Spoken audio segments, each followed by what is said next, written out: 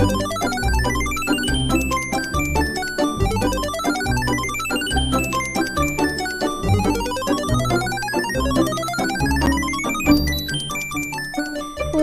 back to Radio Taiwan International. You're listening to Geek Out. What's your cup of tea? Tickles your fancy or floats your boat?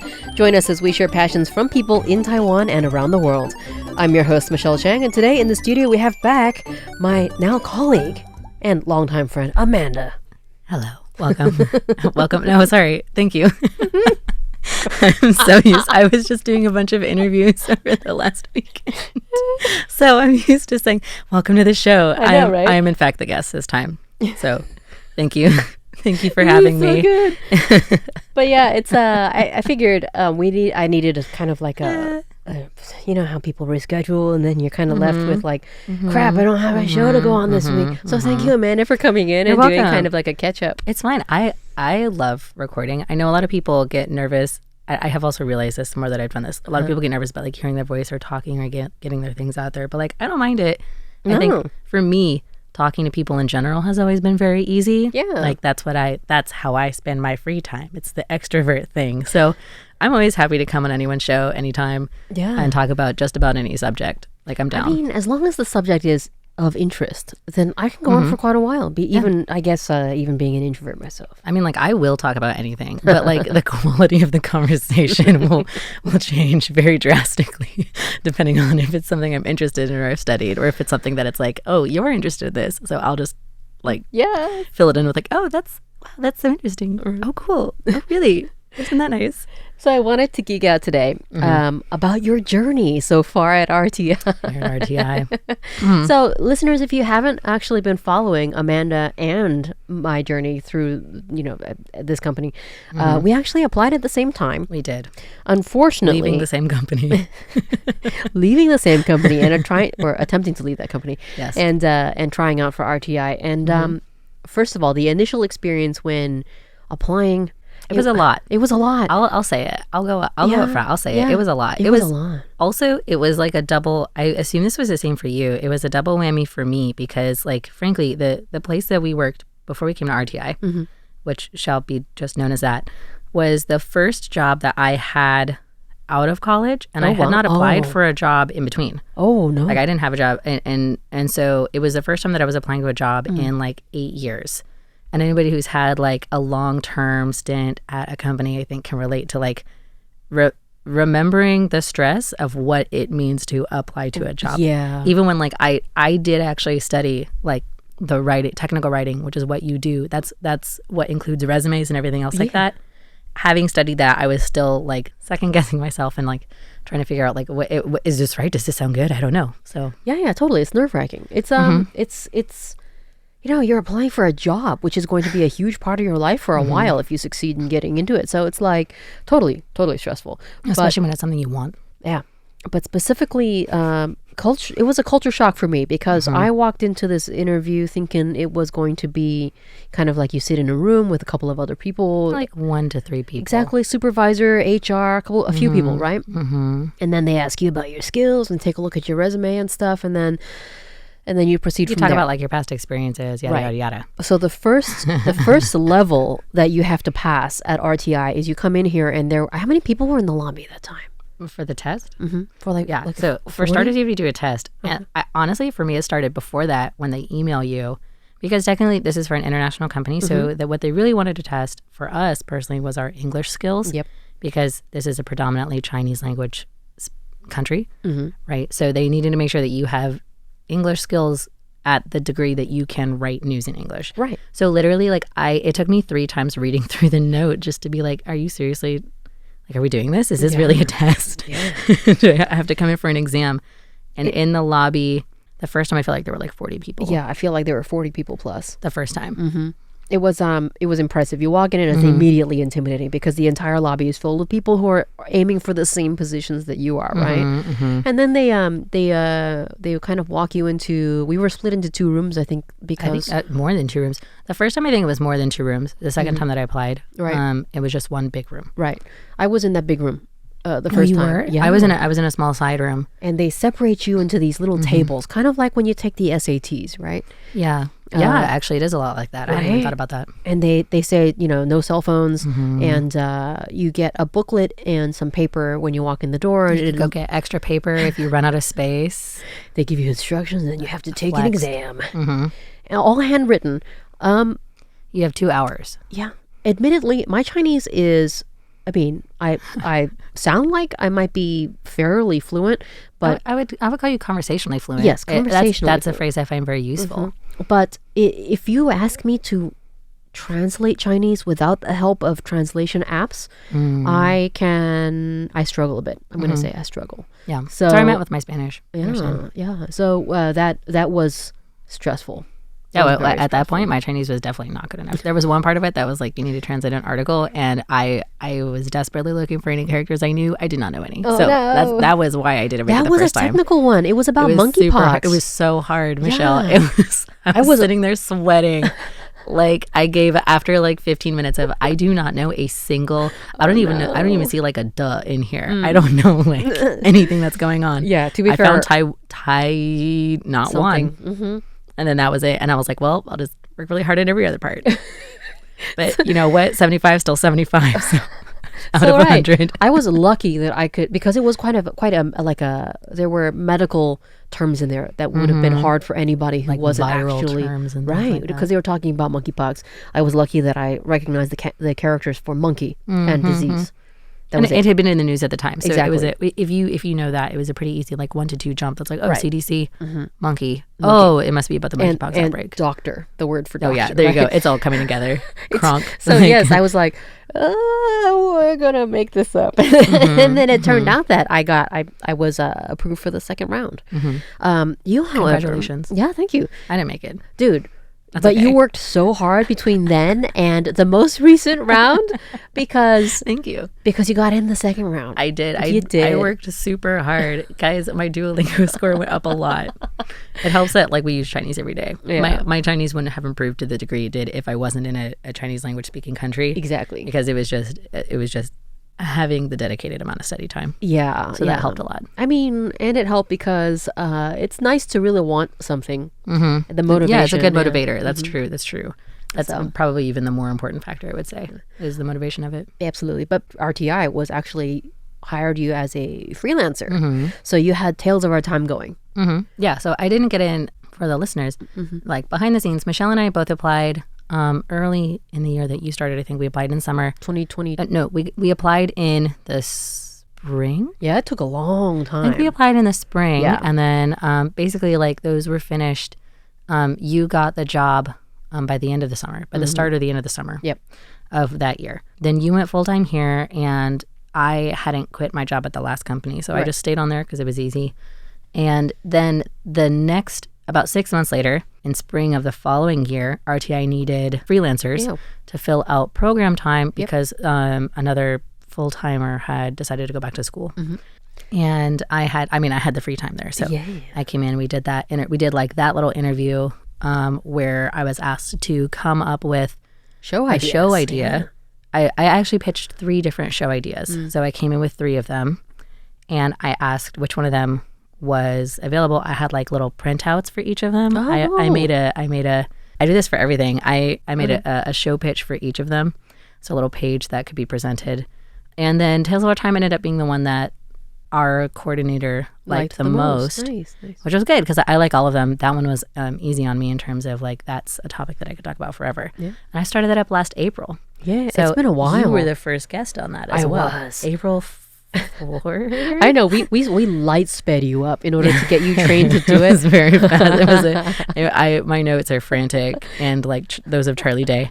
So, but it's like, but it did work. It worked out. It worked out. Yeah. Tales of Our Time has been a rip-roaring success. I think a lot of our listeners like it. Yeah.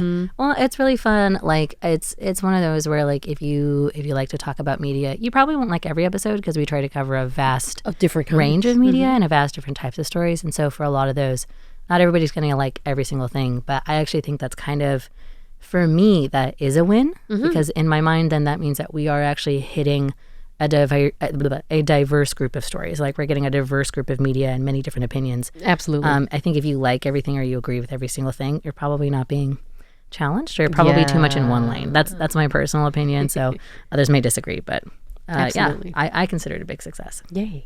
And it actually worked out quite well. Yes. Because then I think you had a foot in the door. People here loved your show. And then it came around that we had more openings available. We're doing another hiring round. So the second time around. With my newly acquired skills. Yes. The second time around with your newly acquired skills. Expecting the test. Yeah. Knowing the test was coming. Right? It's Prepared. less stressful, but still stressful. Yeah, it was still stressful. It was definitely stressful, but it was a lot easier this time knowing like what it was going to look like from my previous experience. Yes. Obviously. Like knowing like, okay, well, we're going to have a couple of articles and other stuff like that. So that was much easier. Having done things like a show pitch before already. Yep. All of those things made it a lot easier because I was like, oh, we're going to test for these skills. I have a history with them. So yes, worked out to your advantage. It was easier to write the second time. It was easier and harder. Both? Yeah, actually, because it was easier because I knew what I wanted, but it was harder because I wanted it more.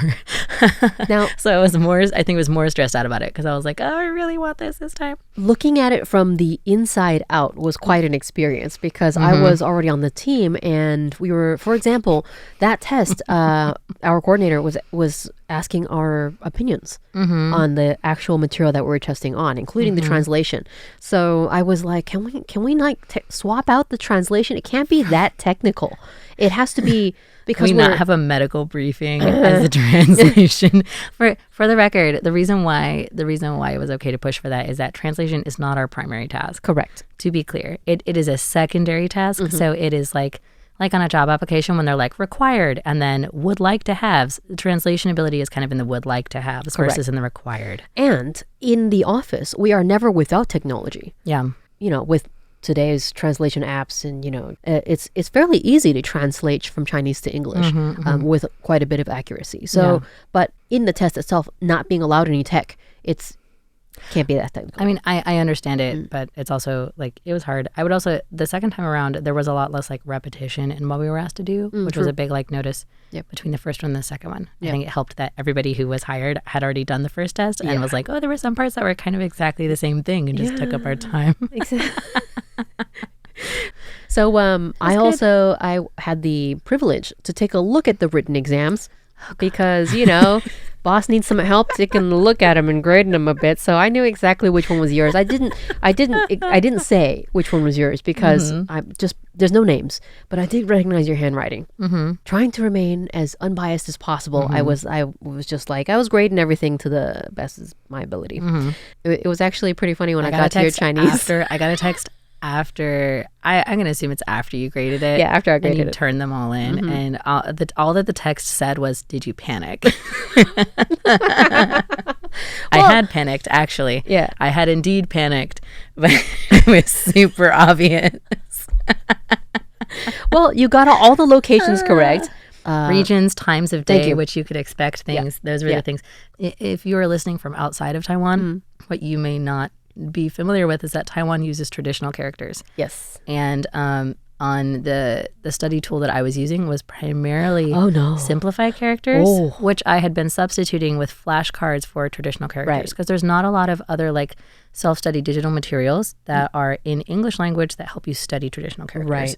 So I had been like doing the double layer of like simplified and then like doing my flashcards props with traditional. Thank you. I'm still trying to do it. But I hadn't learned any of the traditional characters for weather. Yes. I had done daytime. I'd been studying the places around us. Weather was like literally in like a week or a week and a half. And I didn't know. But you got through the like nouns. Yes, but you did. But you did well enough to get through. So you got through a second round. Now, second round, they don't prepare you for it. It's a tribunal. Yeah. When I came through, it was for an FM project. So there were at least a dozen people sitting in front of you. Everything I've heard is that in the first round of interviews, meaning like a year, 2 years ago almost, I think at this point. Almost 2 years ago. There were like 12 people who would sit in on every single interview. Yeah. And they don't warn you about this. I walked in expecting the small, intimate interview and nope.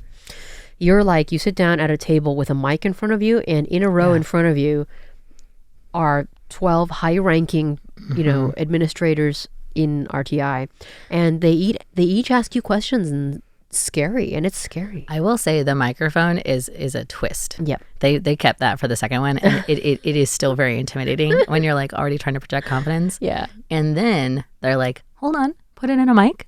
Can you say that into the microphone? And it's just like, oh my God. It throws you off. I think so. I think I can say it. And because we're teachers, we're actually pretty used to projecting. Yeah. So that was a problem for me. I got a note in my interview. They said that I was speaking too quietly. But the problem was, I was like, oh, I'm actually not a quiet speaker. But so when we record here, I have the feedback, so I know how loud my microphone is. Right. There, because they'd given me a microphone, I didn't know if it was like a very low ambient pickup microphone or anything else. And they'd made a deal about like adjusting it. Mm-hmm. And I was like, and so I was trying to like overcompensate. And they're like, oh, sorry, actually, can you speak up louder? And I was like, oh my God, No. this is so, like, It just throws you off. It throws you off. yeah, there was a lot. Yeah. I mean, But it was smaller for me because the FM project had some other problems. So this time they were just doing for the our position regular that I have English right now. team. Yay. Yeah, for regular shows and like news And they actually naturalization. they fast-tracked the hiring so that it only took a few months for you guys to actually get in on the ground here from day one of announcing the open positions. Yeah, it went pretty fast. That went pretty I was quick. really impressed. Yay. I was really impressed and surprised. So welcome to the English team. Thank you. I love to be here. It's nice to spend more time with the people that I've spent the last year getting to know. Yeah. So, and I have more time to work on like my own projects. That part is actually like a really big boon. Yes. Because now it's not working two different jobs so much. With a long commute. Yeah, it just very long commute, especially for Taiwan. Yeah. So it's nice to be able to just like sit down and focus Yeah. and do the things that I want to. Yeah. And actually, it worked out really well that we trained you previously for Tales of Our Time because now you don't have to do the extreme training that I went through. Learning the system that probably everybody who's gone through that too can like attest that like having to learn an electronics system or a database system or God forbid both is perhaps one of the worst or most intimidating parts of the job. It was the hardware software learning curve was pretty extreme because I had zero experience with this, and I will admittedly say I am bad with tech. So that was a lot. I consider myself to be like relatively tech savvy in general. Yeah. Like I come from a very tech savvy family. Good. But that doesn't necessarily translate to like every device. No, you've picked it up pretty fast. So it's true, but it's like also like I studied a bunch of like web programming, and that was some like database work. So there were things that was like, oh, okay, I understand. But you still have to learn what areas you need to access, when to access it, how to post it, what are the right codes, et cetera, et cetera. So the fiddly stuff. There's always things to learn about it. Yeah. And so it's nice to have that done already. Yeah. Any thoughts on officially joining the team now that you've actually spent a couple of weeks in the office? So I was in a status update with Phil talking about this, and I said it's nice to be able to use skills that I studied for, because a lot of this is the writing. Yeah. And I mean, I talk about that all the time. I try to bring that into my show a lot, just to try to provide language for people to talk about the way that stories are constructed, but that's creative. And so there is a difference between that and technical writing, which is another skill that I studied. And so it is nice to be able to like use that skill and like flex it in like an everyday way. Yay. So that's fun. It's also nice to be able to work with adults instead of children. Okay. There's a lower energy requirement on a day-to-day, which is very nice for those days that you're feeling just kind of like, Dude, I have to say that your first news writing the products that you produced were far superior than mine. Oh, thank you. I do still feel self-conscious. All this being said, like I do still feel self-conscious about like the writing things that I put out because it's new. It's a new thing. This is a new thing for me. So, but that's nice. That's nice to know. Yeah. So it's nice to hear. Thank you for the compliment. I appreciate that. The most writing that I've done is basically creative writing on like in play-by-post Discord D&D, where it's very flowery. It's very like trying to be as descriptive as possible. Whereas news writing is much more who, what, when, where, why. Yeah. Delivered as quickly as possible. It's actually even like there's a lot of in a lot of ways, it's not what you would consider like essay correct English, I would say, because you are trying to cut out a lot of unnecessary things, considering that it has to be recorded. Yep. And it has to be easy to understand and easy to pick up. And you want to get like the biggest idea first. Yep. So there are a lot of like, even if you did do some writing, I think that's really the value of studying journalism, right? Is like learning this different style, which I also didn't study. I studied technical writing, which is similar but different. It's like meant for manuals, instructions, other forms of instructive writing. Instructive English. Yeah, but not quite the same as journalism. So it is, there is a learning curve there. But it is nice to be here. I like everybody here. Yeah. That is kind of an unusual thing that I found about this particular team. The chemistry in the office is phenomenal. We we like each other as humans. It's fun to come to work. I hope it comes across on the radio waves. Yeah, I think it does. I think it does. But it is fun. It's a great team. Exactly. We work very well together. Yeah. So. Thank you so much for geeking out with me, Amanda. Oh, you're welcome. Can I invite people to send in any questions that they may have? Oh, yeah. So since I've been doing my show for a year now, I want to do like a mailbag. So if there's any questions you have about Radio Taiwan, about like for me personally, if you want, or about producing Tales of Our Time or anything related to literature, please send them to me at stefia@rti.org.taiwan. That's STEPHEA at rti.org.taiwan, and I'll try to answer them at the end of the month in our little mailbag episode. Yay, that'll be fun. Thank you, listeners. We'll be back next Thursday with another episode of Geek Out. See you. Bye.